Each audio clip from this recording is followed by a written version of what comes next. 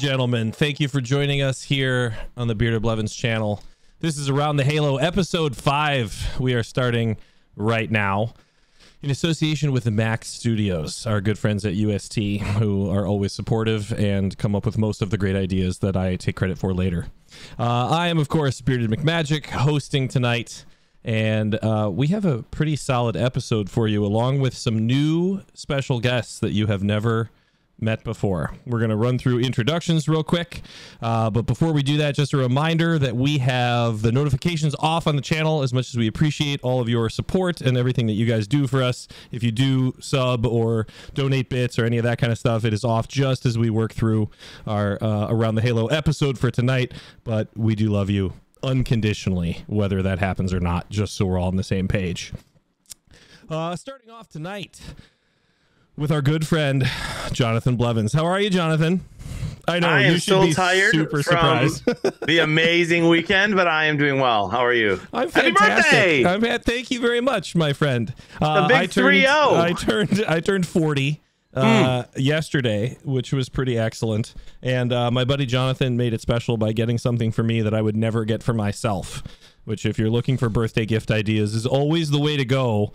Get something for your friends that they would never get themselves. And so he got me a custom pizza baking kit with a new pizza stone, and it was one of those things where I always am like, I would love to do this, but I'm just not going to spend the money on a pizza stone. And he got it for me because he knows me so well. Because my top 3 keys to life are the Bearded Blevins stream team, and Little Flower Media, and then probably my children, and then probably pizza. It might not even be in that order. I might have to put pizza high on the list. I mean, I don't know. It's too soon to tell. Can I tell you my favorite part of the entire experience of getting you your birthday present? Sure. Williams Sonoma, where I got it, which is one of my favorite stores in the history of time, was already playing Christmas music. That is a fun experience. It was amazing. My birthday is actually October 25th is actually the line where Christmas starts.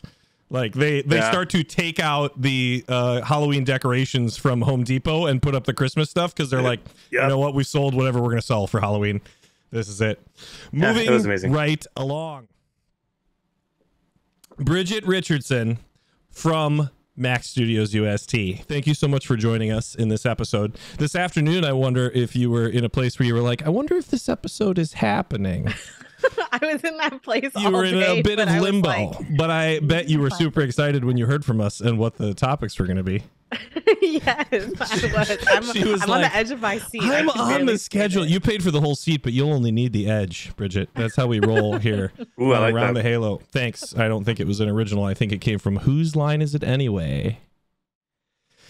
And of course, Chasing Humility, Joel Stepanek. My true personal friend who always is willing to say bad things about Apple in order to score points on this show. The myth, the legend. How is it going, my friend? Are you getting any sleep? You know, McClure, I'm going to ignore that last question. And I'm going to tell you something. Here's how I'm feeling tonight, McClure. I'm feeling like I'm going to give all of my answers in 45 seconds or less. Yes, I'm coming at you with hot takes so quick and fresh. You're going to think it's fast food on the stream tonight. So call me the Burger King, because I'm here to bring the beef.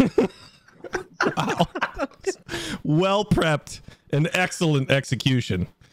I mean, how much time in front of the mirror for the practice session? 5? More than 5 minutes? Less than 5? It came to me. No, now. it's just in the moment. Gosh, I Amazing. love to do that. I just It's feel always it in incredible. my bones. And Mrs. Ruby. Mrs. Ruby I is... believe he just came up with that because fast food is neither fresh nor hot usually. So. Where are you eating? She was like, that does not take a lot of effort.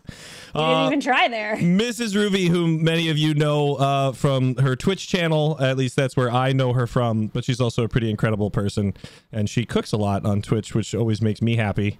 How about pizza coming up? Is that coming up soon? What do you think?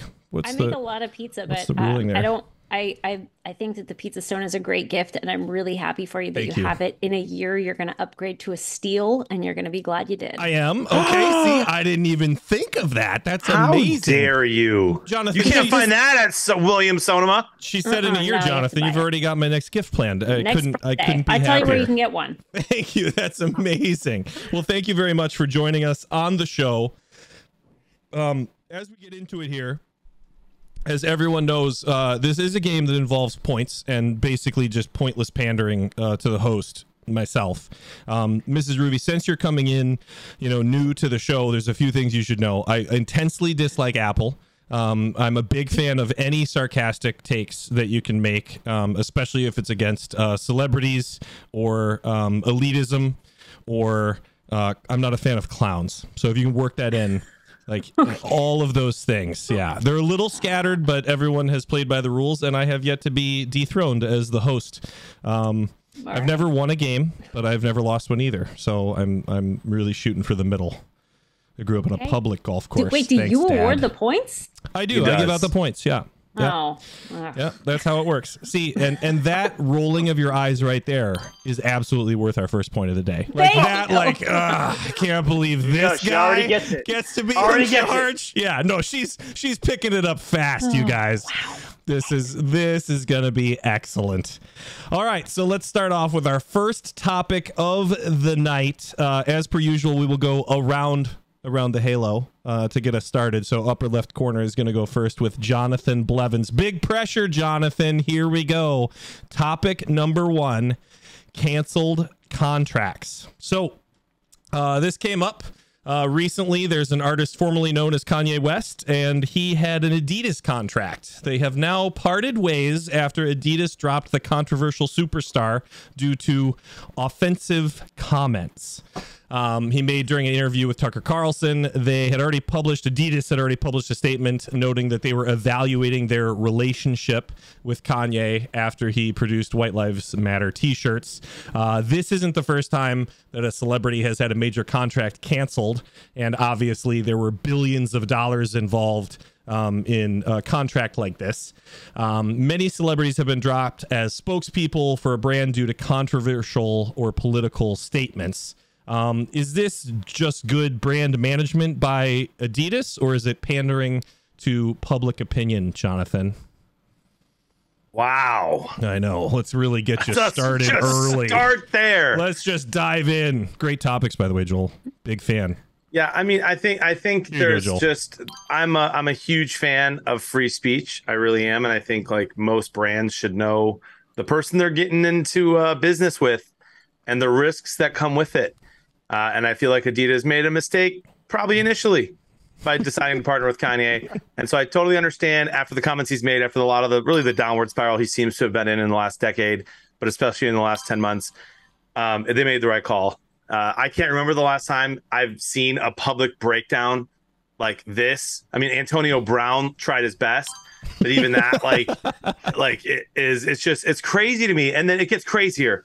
Because today, just a few hours ago, it was reported that Kanye West and a video crew walked into Skechers headquarters in LA and wanted an impromptu meeting about having them be the new brand that he partners with. He's immediately escorted by security out of the building. This literally just happened. It's breaking news. You may not have heard it yet. And Skechers is also owned and operated by a Jewish family. And Kanye West has made some very anti-Semitic comments lately. And it's pretty crazy. So he's either the biggest idiot in the world, or this is another genius move in the theory to test the saying that there's no such thing as bad press. You're suggesting this is Kanye playing 3D chess. Yeah, he either is just an absolute, like, how did he not look this up about Skechers? Or he really is just testing that theory. And in a couple of years, we're not going to be able to say there's no such thing as bad press. That's pretty amazing. All right. Well, I mean, Bridget, when it comes to this kind of stuff, because Kanye is a savant when it comes to music, is there any reason for anyone to listen to him outside of that? Or does he just have a platform that he feels compelled to use?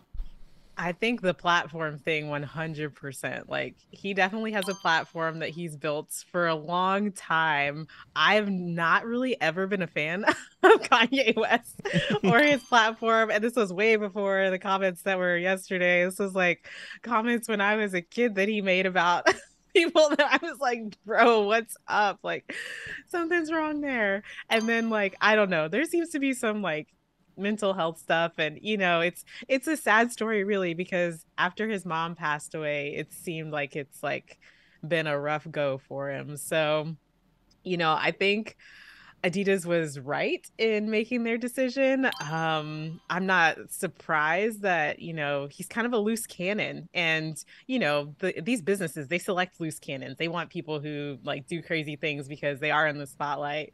Like they're eating, they're eating their words in a way, but I think that they knew what to expect.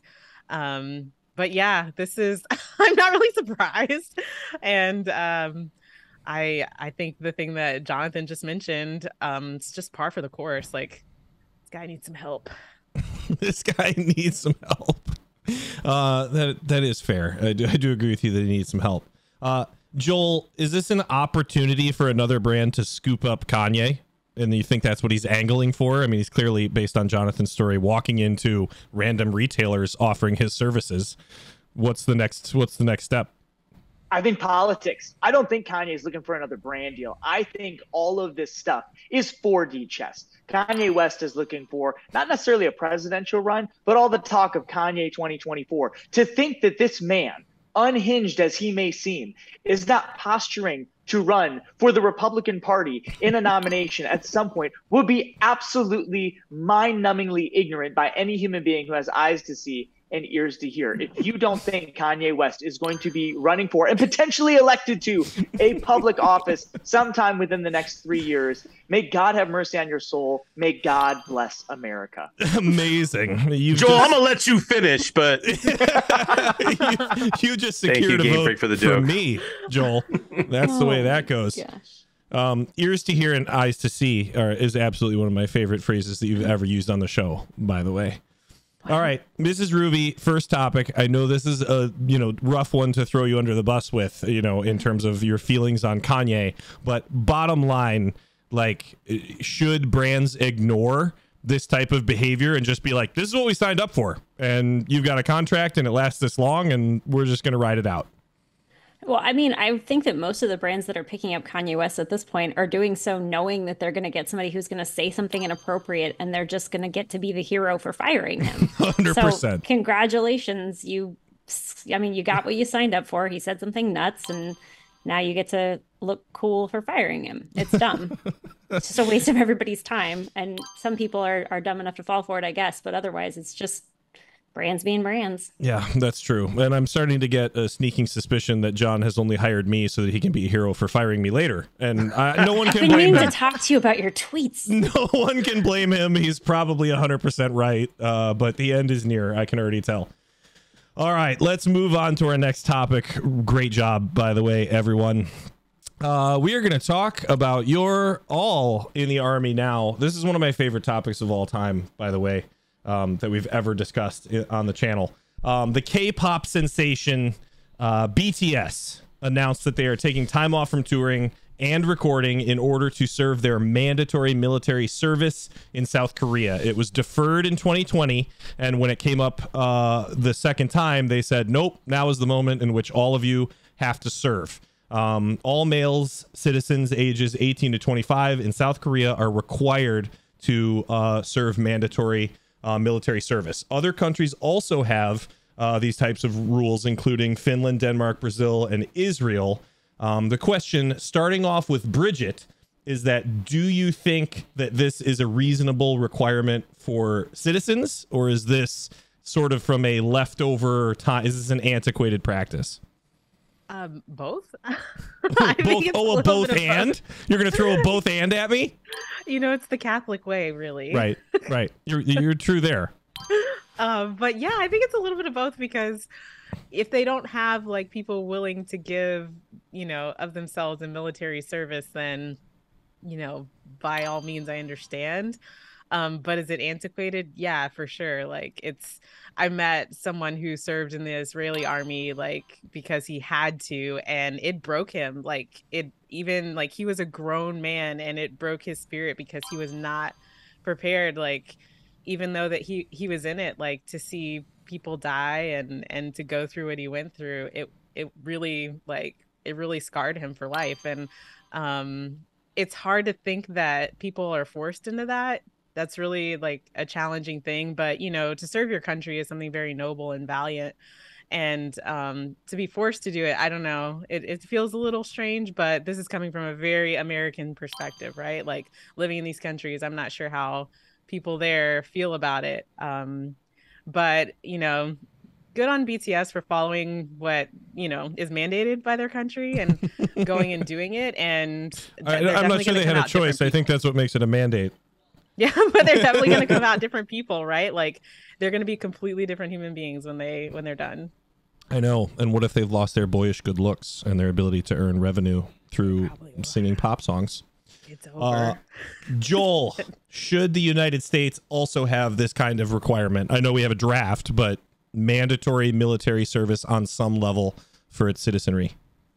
Absolutely. And here's why. I think it should be expanded a little bit, where there are other options that aren't necessarily going to be direct in combat options. But I think the truth is military service provides discipline. It provides rigor. It requires a level of mental astuteness that we craft in this. Basically, what I'm trying to say is our country needs to come to grips with the fact that we live in a world of conflict and war. And to think that we can avoid that because we exist in between a couple of big oceans is asinine. What happens if at some point we need to be involved in a major conflict that comes to our homeland? That notwithstanding, I think it's just a good disciplinary way for people to serve their country and maybe appreciate it a little bit more than just going right off to a liberal arts college and learning about how much it stinks.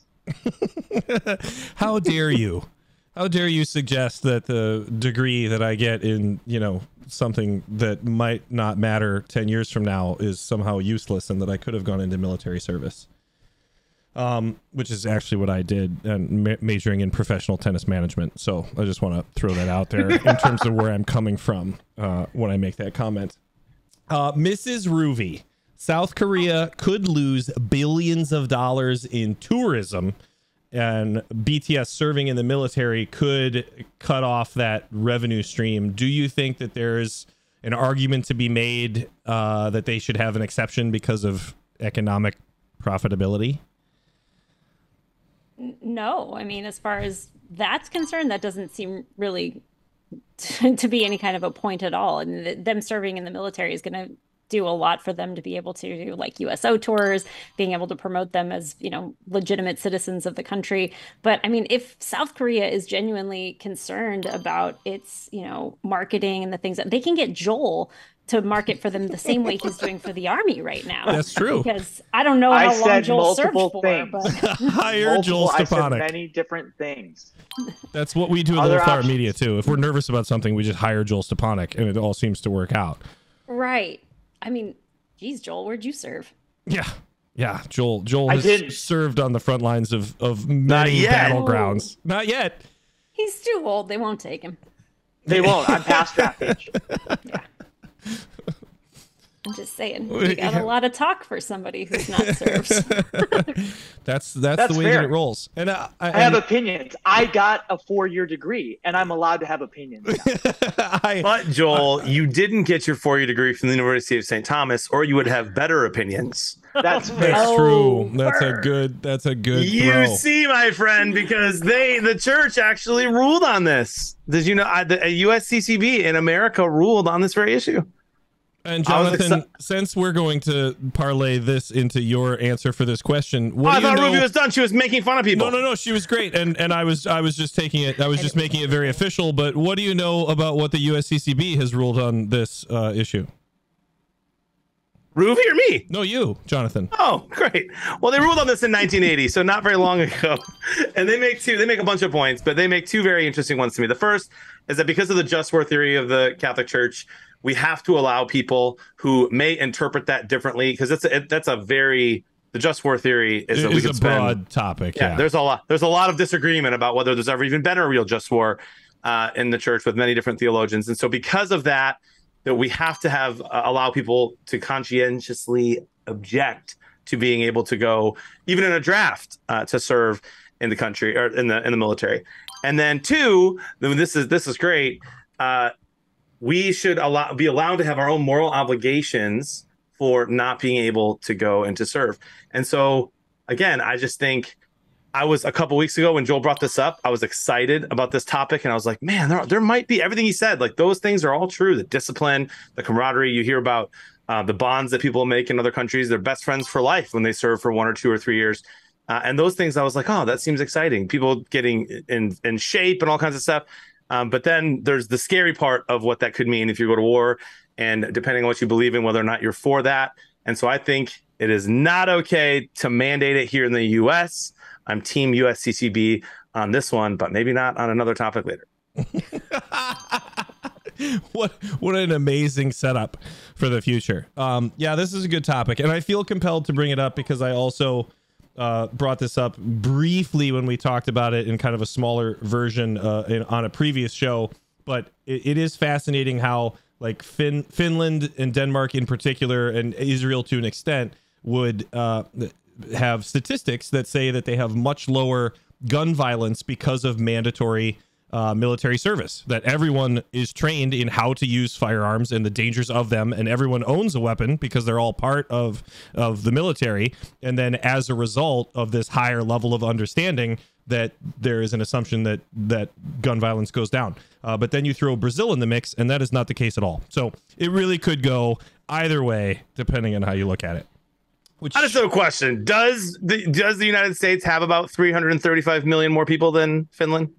Just wondering. Yeah, I mean, as a ballpark estimate, yeah, sure. Just wondering. I can't remember ever reading about them anywhere. Sure. Yeah, no, you're 100% right. And I do think it's an argument to say that maybe all the states should just become countries, and that seems to, the smaller the country, everything seems to work out. Maybe Move we're to just Texas. Maybe instead of too big to fail, we're too big not to fail. Maybe that's where we're at. Too big to succeed. Too big to succeed. That was much better. Great call. You said secede. That was good. All right, moving on to our next topic. Unlikely appointment. Man, we're going deep on this one. This is a rough first episode. Buckle up. Here we go. Pope Francis appointed an atheist pro-abortion economist to the Political Academy for Life, prompting confusion and anger, obviously. Is it Mazzucato? Am I pronouncing that right? Mazzucato? I think that's how it reads. Has been publicly outspoken about her pro-abortion stance, contradicting the stated mission of the Pontifical Academy for Life, and it being to study information and formation on the principal problems of biomedicine and of law relative to the promotion and defense of life, above all in the direct relation that they have Christian morality and the directives of the church's magisterium. Gosh, that's a mouthful. There's a sentence. Yeah, no kidding. That was a direct quote. That's not something I could pull. Sounds like a real time. church mission statement. It really does sound kind of like a church mission statement. It was that, or crayon people by that a make 5-year-old. disciples. Yeah, no, you. I think that was the way to go. As of 2016, members do not need to proclaim themselves to be pro-life, but do need to conform with church teaching. This is not the first pro-abortion faculty member added. In 2017, a pro-abortion theologian was also appointed to the academy. We're starting with Joel on this one. The appointment of this individual was not to an area that oversaw abortion, but to the economy. So would you say that a person that has done a significant amount of work in a different area and is being held up as an expert in a specific field should be able to disagree with some other part of teaching that they are not directly influencing? No, I don't in general for any Catholic institution, and I definitely don't for the Pontifical Academy for Life, an institution which has at its mission the upholding of life from conception until natural death. You're telling me there's not an economist in the world, and billions of Catholics who might also be a good appointment for this? I understand this person's done work, and I've tried 100 different ways to figure out how this happened in a way that isn't scandalous to me, and I can't figure out any way around it in a way that isn't scandalous. I think this is one of the major issues that we face as Catholics is everybody else is really good at holding boundaries and being like, you got to have these ideological things to play the game, right? Adidas doesn't want Kanye West because of things he said. That's Adidas's right. But when it comes to the church and who we have in our institutions, for whatever reason, we're like, yeah, like we're going to be open and accepting even of people who subvert some of the most foundational and basic beliefs. So I can't wrap my head around this, and I don't think it was a good appointment.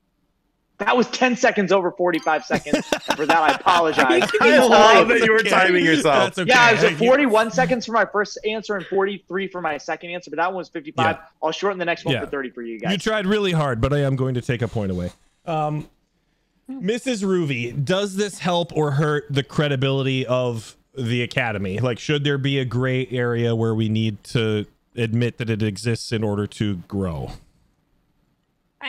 I don't think that it helps or hurts the credibility of the Academy. I don't think that there's very many people or, municipalities that are listening to the Pontifical Academy for Life. It's basically just an echo chamber for Catholics, which is why I'm not terribly worried about the fact that they've brought in somebody to disrupt that. If there's a person out there who, is pro-choice, if not pro-abortion, then she's got some arguments there that are going to need to be addressed. And pro-life advocates have this tendency to come in guns blazing, like they know, the same talking points over and over, thinking that they sound so smart. But in reality, there's a hit back for every single one of those things. And if you don't have a person in there to play devil's advocate, which we have done since, I don't know, the Inquisition, we should definitely have that in there. You need somebody to put those out there. Right. You need somebody in there who can tell you, what are the arguments that you're not addressing? What are the parts that you're not seeing? Where are you not stepping up? And I don't see there being a problem with us having that. But do you think in an academy with some of the world's best theologians, they're not already considering those arguments? Why do we need somebody who is directly subversive to a keystone belief? Because again, it's a black and white thing. If abortion is in fact what the church teaches it is, that's abhorrent. That's worse than an anti-Semitic comment. That's worse than Kanye West doing a White Lives Matter t-shirt. That's somebody saying, yeah, no, I think that's fine to kill an unborn child. And then to say as an institution, I get what you're saying about an echo chamber, but it still has weight for people. And bringing a person in like that, do theologians actually need somebody to play devil's advocate in an institution like that? Yes, absolutely. Have you seen academia recently? It's full of people who just hear their own ideas bounced back at them, and they never get the opportunity to challenge them or hear them differently. I don't know what theologians you've met that have skin so thin that they can't hear somebody disagree with them without coming up with a better point. Well, that's fair. I think that there are people who do, for sure. And I know that some institutions might be like that. In there. Whoever but the University of St. Thomas is not like that. Because St. Thomas Aquinas would want you to be able to restate your opponent's argument stronger than he did. That was his jam. Jonathan, is this an example of a larger issue within the church when it comes to education? Yes. Next question. Next question. I'm actually going to direct my answer to Pope Francis. Who's watching right now? Dear Pope Francis, I have a message for you. 44 viewers. This is my application to be your personal PR guy. We are living in the golden age of 25-1. You may not know the rule. You clearly don't in your whole pontificate. You haven't followed this rule. 25 wholesome stories that help the church for every one scandalous thing that you do. 25 wholesome stories for every airplane interview. 25 wholesome stories for every appointed bishop announcement. In all seriousness, defending this guy since the day he was brought in is getting harder to do. And I am not an anti-Francis guy. He's not doing himself any favors lately. 25-1. Hire me. I will be your PR guy. There's so many good things happening in the world that we can share, that we can promote. And you just need a little more goodness happening in your pontificate. Hire me. John's the next appointment to the Pontifical Academy for Life. That is the exact same pitch I think that Cici Maragna had when she came in as a spy. Is that a compliment? She's my favorite part of the Vatican financial scandal. So yes, she's like, I'm a self-taught spy. Let's go. We can do this. Absolutely. Teaching yourself to be a spy is the way to go. I pray for him weekly, and it's time for some W's. Looking for some W's. All right, Bridget. So do you think that there is a correlation in an area like this to try to send a message that we also are playing by the same rules, right or wrong? We're also playing by the same rules of society at large. right? Meaning that like if someone is qualified and has skills, we're going to ignore some of the things that we might disagree with them on personally and allow them to do a job in a specific area as is required in the rest of the world. I think to some degree, yes, but I think the church should honestly do more of that, and they don't. Like what you're describing, like the church could use more knowledgeable people in certain areas to do certain things, but there's some one sticking point that they judge someone. And I mean, it could be a lot of things. Like look at history. There's a lot of things that people excluded people for that hold no water. So in this circumstance, I'm like, you know, kind of to flip the script, why would she take this appointment? Like, why would she say yes? Why would she be in that environment? She could get a job anywhere. Like, why would she do this? Like, there's some deeper things going on here that I think just the surface, because if I'm an atheist pro-abortion economist, there's no way that my goal is to work for the Pontifical Academy for Life. Like, there's just not. So what's going on here? Is it what Katie's saying? Like they want someone in the room who can kind of challenge them. And I agree. Like you don't know the counterpoints unless you have a different voice. Like, I mean, it's classic, like Lincoln's cabinet, right? Was it President Lincoln who had everybody who like disagreed with him in his cabinet, who had all these different thoughts and viewpoints so that he could kind of like say, okay, this is what I really think. But beyond that, like from a church perspective, I don't see this as a bad thing, only because probably the worst thing about like church life is when we keep people out. Like you have to welcome them into the conversation. You have to bring them into the dialogue. Clearly she knows what the Pontifical Academy for Life is. She knows what they do. If she's going in knowing who she is too, there's an openness there. And then when there's an openness, there's a door for dialogue. There's a door to meet people where they are. And so I'm like, if this is happening and in motion rather than just throwing stones at people making these decisions, let's just see what happens. Give her my points. What's that? Can we just take her to coffee and not make her the head of something? And like you can have conversations, invite them over to debate. I don't care. Just don't appoint them to something. That's ridiculous. Take her to coffee. I'm going to acknowledge that I have a bitterness here, and my bitterness is not because I don't think we should have differing opinions. I think there's something very valuable about that in advisory boards and things like that. It's a public position, but two, it's that we are not afforded that same luxury in we're other not supposed spaces. To be. We're Christian. I know, but that's my point, Bridget. Is then we have to turn around and say, no, you have to let us have you have to let that controversial speaker speak at that Catholic institution, and if you kick them out, that's wrong. But this other person who's a pro-life speaker, they can't speak at our public college because it might be offensive to people, and then it's not going to create a safe space. So I have a certain bitterness there, and I get what you're saying. I understand that, but at the same time, it's like, no, Christians, be nice to everybody. You're not allowed to be in our spaces, and why would you keep somebody out of your spaces but want to infiltrate theirs so you can destroy those people? I'm not saying that maybe one of the solutions is mandatory military service for everybody who's Catholic, but that's for a different thing.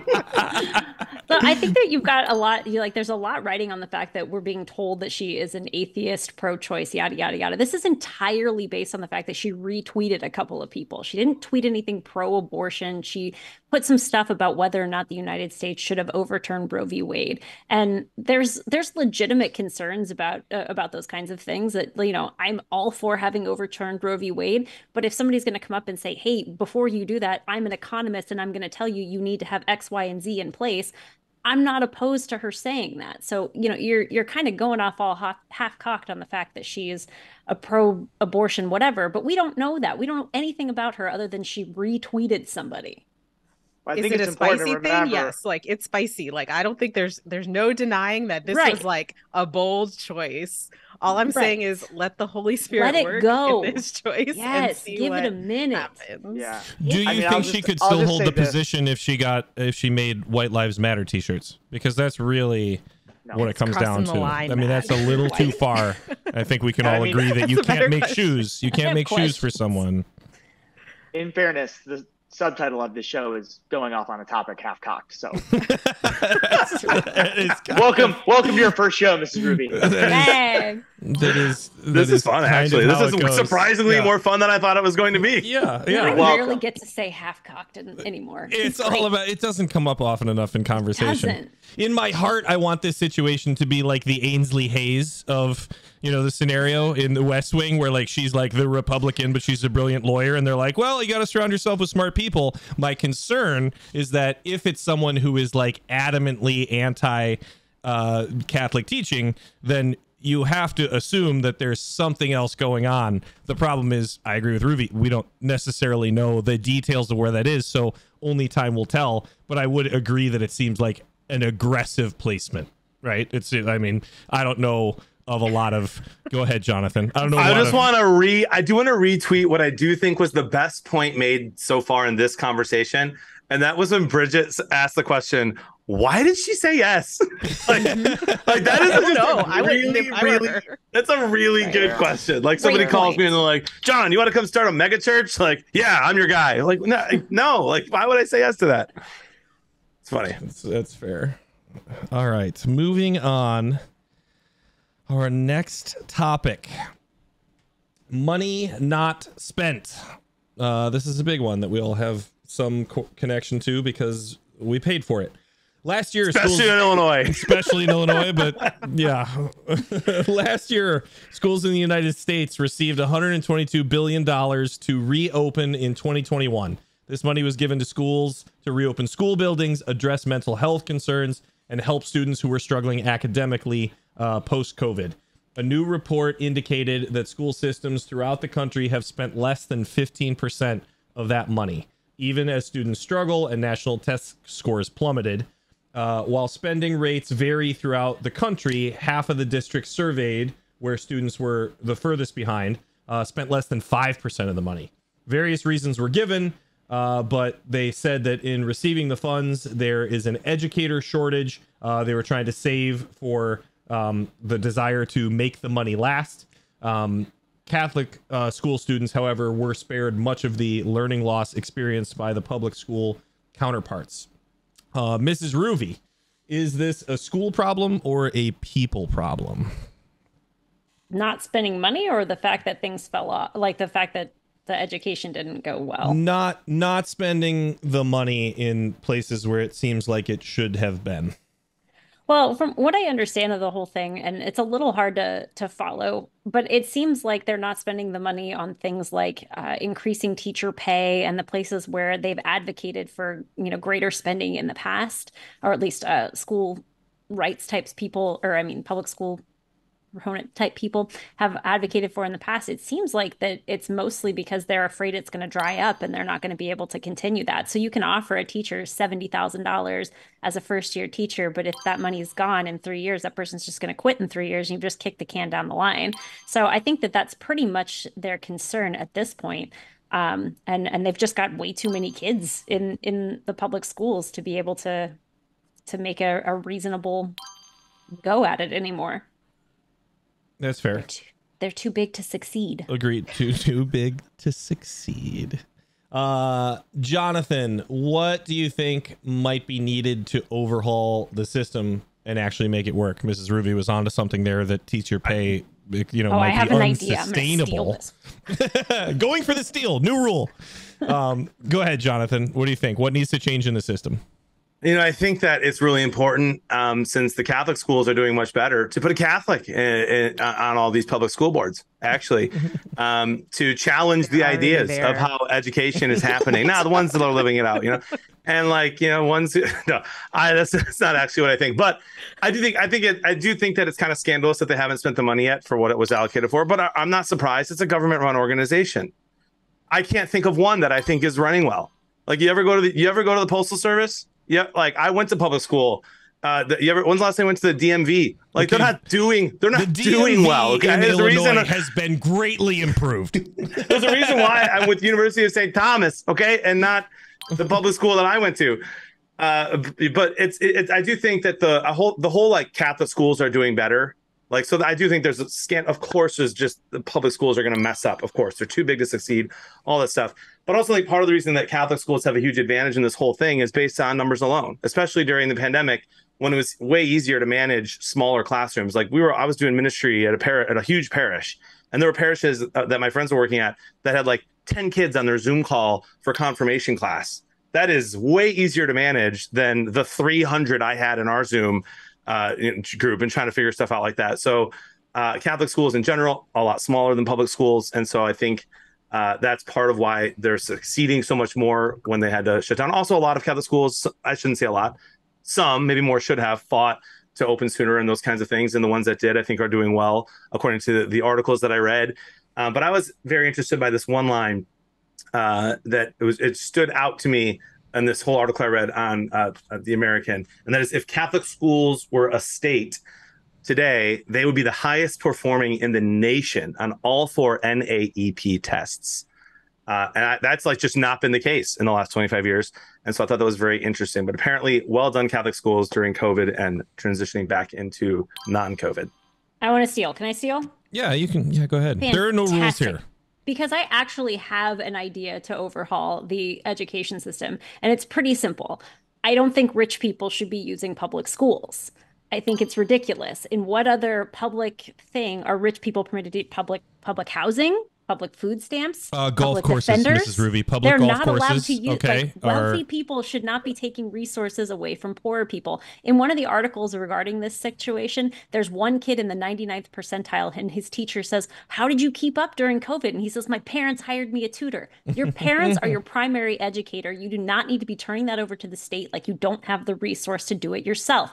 Get your kid out of the public school, leave that for the people who need that resource, and be responsible for your kid's own education. Yeah, rich people should go to elitist schools just for that. Here is the gap. Because that's where they should go. I live in Indiana. We have vouchers. Like, my kids go to public school or private school, and I don't have a ton of money. The money follows the kid. That's fine, unless you hit a certain threshold. It's not that big of a deal. Yeah, my property taxes recently went up. I mean, way up by 30% due to a reassessment, which has been crushing. And I homeschool. So the number one thing that my property taxes are supposed to be paying for, I don't utilize at all. And I would really love to know where my voucher is when it comes to that kind of stuff, as using move to none Indiana, of. Where you get a tax break if you homeschool your kid. That is a great idea, and it changes. I'm so sorry that the rest of you don't live in Indiana. Everything about what I've always thought about Indiana. Your money goes to Stevenson High School, McClure, where they can have sushi for lunch. That's true. But listen, have you eaten in the Stevenson High School cafeteria recently? Because it is amazing. Okay, it's nuts. I mean, I was able to stops there for lunch sometimes. I was able to pass myself off as a student, and I'm still concerned about security. But Bridget, recently, the LA County School Board came under fire from within their own organization. Their own teachers are quitting at record rates, and they said that it was because the school board has become more of a political organization than one that is designed to help students. Do you think that there is perhaps a correlation in where the money is going? Oh, 100%. Like, this isn't like the first question, is it a school problem or a people problem? This is a financial problem. One, people don't know how to manage these kind of finances. They don't know how to allocate it to different groups. They don't know how to say, okay, well, if we give this percentage to teachers and increasing their funds, and we give this percentage to good counselors for mental health things, and we give this percentage for, like, normal people just don't know how to do that stuff. And that's not a dig on normal people. Like, I would need someone who has a finance background to come in and advise. Like, I think that's the missing piece in this. And I think Joel had said it, or maybe Mr. Ruby, like, government run organizations, like, they're not going to do that. They're not going to, sorry, Jonathan. They're not going to provide a financial advisor to come in and say, this is how you should actually do it. Would that be a good plan? Absolutely. Give each school kind of like a spreadsheet to say, here are percentages or allocations for each of these amounts of money to help them. Like, you can't get mad at them for not spending it if they don't know how. But the whole time I was reading this, I was like, oh my gosh, parable of the talents, right? Like, this is the parable of the talents. Like, they didn't know what to do with it. They buried it. They just saved it. They didn't save their funds. And of course it's going to fail because they're not spreading it and like helping it grow. So yeah, I don't know. It's biblical. Yeah. It's right there. Yeah, that's true. And you might need help with it. And I think that there is an economist who recently was hired by the Pontifical Academy Put for her on the Life phone now. that, We can dialogue. has a We can talk about some background stuff.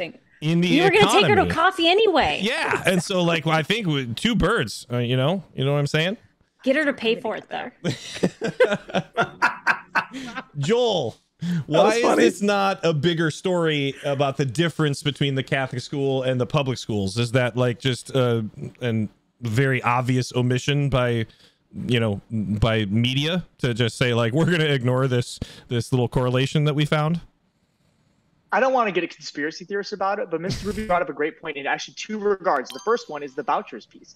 I think there are lots of states, Arizona is one of them, where there is a property tax voucher like up for debate, and like it would allow people to go to a Catholic school. So if you start to say, hey, these schools actually could be better, they could be better spots, that's going to change legislation in some places where people say, well, I'd like that option for me. I'd like to be able to go do that. And I don't have the money to make that happen, but I'd like my kids to have a good education. You give me a good education. So I think there's a political component to it. And two, I think it reveals a lack of vision in our public schools, because the second great point that Mrs. Ruby made was that they were just kicking the can down the field, because it's like, well, we don't know how to handle all this money. It's going to cause problems down the road.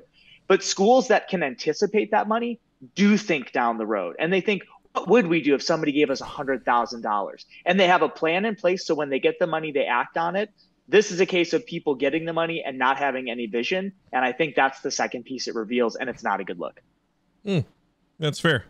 It's almost as though if your whole life relies on the generosity of others and a fundraising component where you're not going to be able to operate otherwise, that then when revenue is presented, you've got everything laid out in front of you. That's an interesting point. If only there was an organization that operated that way 100% of the time.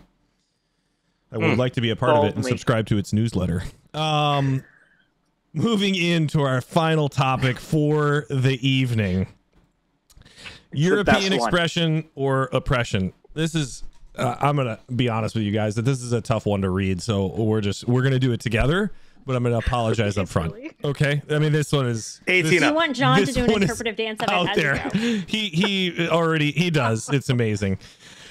The European Court of Human Rights overturned a sentence for Eloise Boughton, who in 2013 entered a Roman Catholic church and parish topless as the congregants sung Christmas carols. She had painted her body in pro-abortion slogans, wore a crown of thorns and a blue cloth to mock Jesus and Mary, and carried ox livers with her, which she used to simulate the abortion of Jesus on the altar of the church. Upon completing the act, she urinated on the ground. She was originally fined for an unlawful sexual display and sentenced to a month in prison. The ECHR found that the French court ruling violated the article of the European Human Rights Convention that protected freedom of expression. I'm just going to give everybody 5 points and we should all go home. Good night, everybody. We're just going to end on a high note. Whose turn is it? Who are we? Gotta be mine, right? Is it Jonathan? All right, Jonathan. Yeah. What is going on here? Is there any part of this that you can explain? No, and I think something that makes me mad about stories like this, because the media makes it seem like stories like this happen all the time. I've got a lot of Catholic friends, like when Roe v. Wade was overturned, that we're like, lock up your houses and stand outside your churches because people are going to burn them all down. And like I think it happens less than people might think based on the media sharing it. It is a horrific thing to do. What she did is horrific, and I don't understand why anyone would do it. And part of me's mad that we're even talking. Not that we're talking about it because this is what we have to do. But like why we shouldn't have even known about this. Like how many people were in that mass? If it's in Europe, probably not that many. So mostly the story just makes me sad because I can't imagine being at mass with my kids and having someone walk in and doing that. And I also I just don't understand I feel like the people who are doing these types of protesting, if you will, or if you can even call it that, they're just so ignorant about what most Catholics even believe and about what happens at mass. Like that, she probably ruined a homily that was going to start with some jokes. And it certainly wasn't going to preach anything pro-life, because most of the masses I've been to in my 35 years as a Catholic, like the homilies are almost never controversial. They're almost always to do with the gospel and the readings, almost to a fault. Like I've got a lot of friends who are like, I don't even know what the church teaches. They go to mass every week, but they never talk about it. And so what are you taking a stand against? Like, look who Pope Francis just put on the Pontifical for Life thing. Like, what do you even want? We're already imploding on our own. We don't need you peeing on the altar and making a scene. It's evil. It's super sad. And honestly, it just isn't good for the movement. Because right now, if you're looking at the craziness on either side of that aisle, I think it's very clear which side is a little less crazy and is on the side of truth. And so people like that just aren't helping. And it makes me sad, and it gives me no hope in humanity. This is a good topic to end on. I can tell. Who sees that and is like, you know what I want to do? I'm going to go to church next week and do that seems totally chill and normal. It does. It seems super chill. Agreed. Bridget, how far off is this in the United States? How far away this general mindset of like, yeah, we're going to protect the freedom of expression? Well, Lady Gaga wore that meat suit thing, right? Like, wasn't that a thing? Like, it was Lady Gaga did wear a meat suit, and she was not brought up on any type of charges. Well, there's a start. Contrary to everything that PETA tweeted for the next 25 days. Who we all love, PETA. Their bread is amazing. But this is wild. I mean, like it's obviously like just gross, right? Like outright, like no matter what you believe, you read this and you're like, wow, this is so disgusting. And all I can think about is, oh my gosh, she was so committed. Why was she so committed to all of this? And it kept getting worse. And I was like, why? Like, she's method acting. I don't understand. So it was just such an intense thing. I think the United States, I'm sure there's people in the US who would be like, yeah, if they saw this. And I guess, it's just people you're in a bad place if you go this far, do this in the place that where you are. Like, even if she doesn't know church teaching, she knows she's in a holy spot to people who are there. Like, you're just in a bad place. And it's hard to pray for people like this, but that's our call, really. I hope that like Jonathan said, I hope this stuff doesn't happen regularly. I don't think it does. But it's just so gross. That's really what it comes down to. It's just so gross. So I don't want to read it again. I don't want to read it again either. Don't make me. Joel, since we were talking briefly earlier about conspiracy theories, here's mine. And it absolutely assumes the good in everyone, in that this was thrown out of the legal system because this person so clearly needs mental help. It's like she has a mental illness and we've already determined that. And instead of going to prison, let's say that this goes against the freedom of expression so that she can go to an institution instead, or some type of mandated therapy. Thoughts?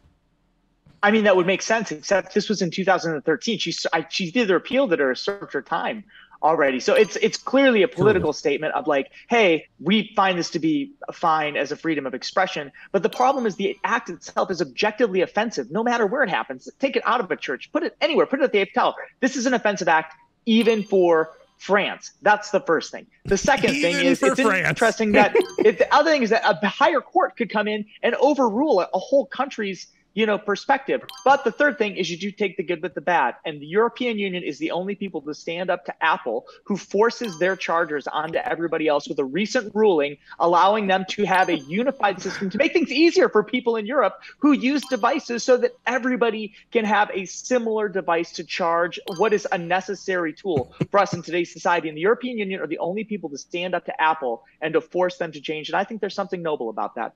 Yeah, I think there's something noble about it as well. 1 billion points to Joel. That was amazing. That was incredible. You went a little over time, though. I'm giving you the heads up. It was a little over time, and for that, I apologize. But I get passionate. Yeah, no, you did. You were very passionate. Mrs. Ruvi, when it comes to stuff like this, it seems like this controversy would be something that would even come up in like an art installation. Right? Like that somebody decided like, I'm going to put this on as a show. And I think you would have members of a community trying to shut it down. And that's where it seems like there would have to be some type of like freedom of expression ruling about how far this is allowed to go. What does it say about it taking place in a Catholic church? That was really my main question about this. When I'm listening to this incredibly long, like she walked in the back of the church, walked up the entire way, naked, dripping livers or whatever, is able to get up to the altar, and there's not a single person in this church who stood up and stopped her. Where was everybody? Like singing Christmas carols? None of you got up and dealt with this. What are you all just using your iPhones and loving Apple? I don't know. Trying to throw Nice in try. Apple somehow. But just absolutely absurd that she would manage to get all the way up there. But then more to the point, like, I'm not sure she understands the point that she's making, because how many times have you heard a Catholic make the point that our Lord came into the world as a fetus, and you come in and you do abortion, Jesus? Don't you just put everybody's mindset in, oh my goodness, if we allow abortion in this time or in that time and space, we would have not had our salvation? Like, don't you just put people's mind in that same spot? She's not making the point she thinks she is. The only point she's making is that none of the men in that parish have any balls. That's a good point. Okay, I'm gonna say something right now. Okay, if I'm sitting there and get that lady out. No, let me be real quick. Okay, if it's me and I'm there with my wife and kids, I'm not touching her. That's gonna be recorded. She's not clothed. I'm gonna like. I That's can't a good do point. That. I'd look at Jody and be like, "Go get her, babe." You wrap that around her, and you no. You know, oh my God! Let her put that on the altar of our Lord. I know, but I don't disagree with either of you, but I will say, in the current day and age that we live in, I will almost guarantee that you lose a lawsuit when you tackle someone in a mass who is behaving inappropriately and usher them out of a church and hand them over to law enforcement. In this particular situation, when they're protecting the freedom of expression of this person, you are absolutely getting nailed to a wall legally when you remove that person by force. And I think it's France. Right. I think they do guillotine people in the streets there. Anyway, France has incredible crepes, by the way. They do. You take the good with the bad. Did we cover? did we? Shocking amount of garbage in Paris. Did we cover everybody? Did everybody get a take on this particular issue? All right, then congratulations to all of our competitors. Joel Stepanek at Chasing Humility is our winner of tonight's event, and I gotta tell you that the USB-C chargers for Apple in the EU really pushed him over the top once again. And I'm just gonna reiterate for future weeks the importance of pandering to the host. It is incredibly important if you want to put up the W's. Joel now gets 30 seconds to talk about, promote, or waste time in any capacity that he would like. 30 seconds on the clock starting now. Joel, go ahead. I'm glad I won because I wanted to make a point. All my answers tonight were under 60 seconds, some of them under 45 seconds. I agree with some of what I said, but I wasn't able to give you the nuance that I wanted to because that's just not enough time. Just like a clip, a TikTok, an Instagram, or a tweet, it's not enough time for us to learn about what is happening in the world. So this, my friends, is my public service announcement to read the full story, dig into the sources, and to get informed. Don't listen to the soundbite. Don't listen to the tweet. There's nuance and so much more behind it. And that is where we've got to go to be educated. Do you see how Joel and I planned this from the beginning to teach you a little lesson? It's certainly not that I'm... Are you saying we're talking too much? No, it's certainly not that I'm too small-brained to like look deeper into the articulate arguments that all of you made and just give Joel extra points because, you know, of him talking about the things that only I care about. That would be ridiculous if that was the case. So I'm just really glad that we were able to teach this lesson to all of you and the chat. Extension. I know, Joel, and I'm 99%. The game sure is not rigged. It was a tactical decision. I literally was running, Wait, I knew if I pandered at the end. Who picked the topics? Joel did. I did. I gotta tell you too. At all. I think I've known him for many years. I picked the topics and I gave everybody all of the resources you needed to be informed and be successful. And I know y'all read them because you're good people. How long have we known each other? 15 years? Each other. Oh man, yeah, it's close to 15 like 15 years. You're like 99% sure that you made your whole 45-second pitch tonight to teach all of us to make sure we always stay under our time. that was a secondary effect. That was a I'm going to be really pumped, but you get a little long. Ever. Yeah, now you're not. Now Bridget, for the rest of history, is going to be like, here's my 7-minute opining on this particular topic. Bridget, we're talking about the Raiders. The Raiders. All I know is if you were to attend classes at the beautiful historic University of St. Thomas, you would never have a show that goes over an hour. I'm just saying. True. Like, they would not let that happen there. It would be streamlined and efficient because that's how they roll. All right, you guys, this was fantastic. Thank you to all of our guests, in particular, Mrs. Ruby, for your first episode. This was super fun. And thank you for joining us. What do we have coming up tomorrow, Jonathan? We got stream going on. We got a good old doubleheader. We got a couple streams coming up tomorrow. Yeah, so I'll be live 6 a.m. to 2 p.m. tomorrow, and then again at 7 p.m. for some Thursday Night Football and Fortnite custom lobby games. So if people are looking forward to that, and then a family Fortnite Friday on Friday. So some crazy things happening. Yep. Before we sign off, I just want to let our loyal listeners / watchers know that moving forward, we are seriously considering porting the shows, Pardon the Intercession and Around the Halo, over to the Little Flower Media YouTube channel for the live stream portion, just because we think that there might be some opportunity to kind of grow on multiple platforms. We're not 100% on that, but it is a possibility that that's where we're headed next week. So we will keep you posted on all of that, but I didn't want anybody to show up next week at the same bat time and same bat channel only to realize that it wasn't here. So, which means follow at Bearded Blevins on all the socials and Little Farm Media so that we can you can know where to be next week. Yep, absolutely. Also, Mrs. Ruby, her channel's there as well. She's an awesome Twitch streamer. Yeah, she's an awesome Twitch streamer. She's right there. She's great. Follow her. And you'll be welcome to the community. Good Egg Fund. Goodeggfund.org is what she would have promoted if she won. You can help change the world $1 at a time. Everyone should contribute. Well, what? By at a time means more times.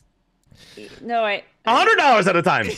No, I'm not so much worried about the dollars. I would like them to go there and submit an idea for what they would do to make the world better, and then I will give them a grant to do it, because doing good in the world shouldn't depend on whether or not you have money. Fantastic. I totally agree. Also, she needs more money. Much like the Good Egg Fund. Much like how schooling should work in the United States. All right, you guys, have a good one. We will see you tomorrow. Thanks.